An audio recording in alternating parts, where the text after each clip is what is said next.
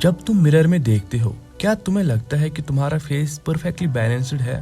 Most likely नहीं। और अगर तुमने कभी सोचा है कि मेरा लेफ्ट जॉ ज्यादा स्ट्रॉन्ग लगता है, राइट चीक थोड़ा हल्का और गिरा हुआ लगता है, मुझे कैमरा सिर्फ एक ही एंगल से शूट करता है, तो इसका रीजन सिर्फ एस्थेटिक ही नहीं, ये एक डीप एनाटॉमिकल इम्बैलेंस है जिसे हम बोलते हैं फेशियल एसिमेट्री। फेशियल एसिमेट्री का मतलब होता है तुम्हारे फेस के दोनों हाफ, लेफ्ट और राइट, का परफेक्टली मिरर कॉपी ना होना। अब ये थोड़ा नॉर्मल भी है क्योंकि हर ह्यूमन फेस थोड़ा बहुत एसिमेट्रिकल होता है, लेकिन जब ये डिफरेंस नोटिसेबल हो जाए, जैसे एक साइड से जॉ शार्प और टाइट लगे एंड दूसरी साइड से सॉफ्ट एंड पिचका हुआ लगे, तो ये एक नेचुरल वेरिएशन नहीं है, ये एक स्ट्रक्चरल इम्बैलेंस है। और जब स्ट्रक्चरल इम्बैलेंस होता है तो सिर्फ चेहरा ही नहीं, कॉन्फिडेंस भी एसिमेट्रिकल हो जाता है। तुम्हारा जॉ यानी मैंडिबल मसल्स के प्रेशर एंड यूजेस से ग्रो करता है, और अगर दोनों साइड बराबर यूज नहीं होगा तो एक साइड डेवलप होगा एंड दूसरा साइड अंडर डेवलप रह जाता है। एग्जाम्पल के तौर पर सिर्फ एक साइड से च्यूइंग करना, इससे एक साइड का मसल टाइट हो जाता है, उस साइड से जॉ फॉरवर्ड या ब्रॉड दिखता है एंड दूसरे साइड लूज, छोटा या गिरा हुआ लगता है। एक ही साइड रेगुलरली सोने से बोन कंप्रेशन होता है, jaw and cheek bone literally reshape होने लगता है and over the period of time ये परमानेंट हो जाता है। अगर तुम्हारा नेक पोस्चर या शोल्डर पोजीशन ऑफ है तो हेड टिल्ट होता है और जॉ लाइन सॉफ्टली शिफ्ट होने लगती है।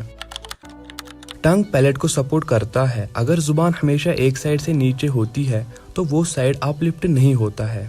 So as a result asymmetrical face injury, dental work, braces, jaw fracture asymmetry create कर सकता है। ये थी वो गलतियां जो आप करते हो जिससे आपका फेस एसिमेट्रिकल हो जाता है। सो अब बात करते हैं सोल्यूशन की। हम नेचुरल फिक्स की बात करेंगे तो स्टेप बाय स्टेप एसिमेट्री ठीक हो सकती है, लेकिन डिसिप्लिन चाहिए। Step 1, bilateral jaw activation.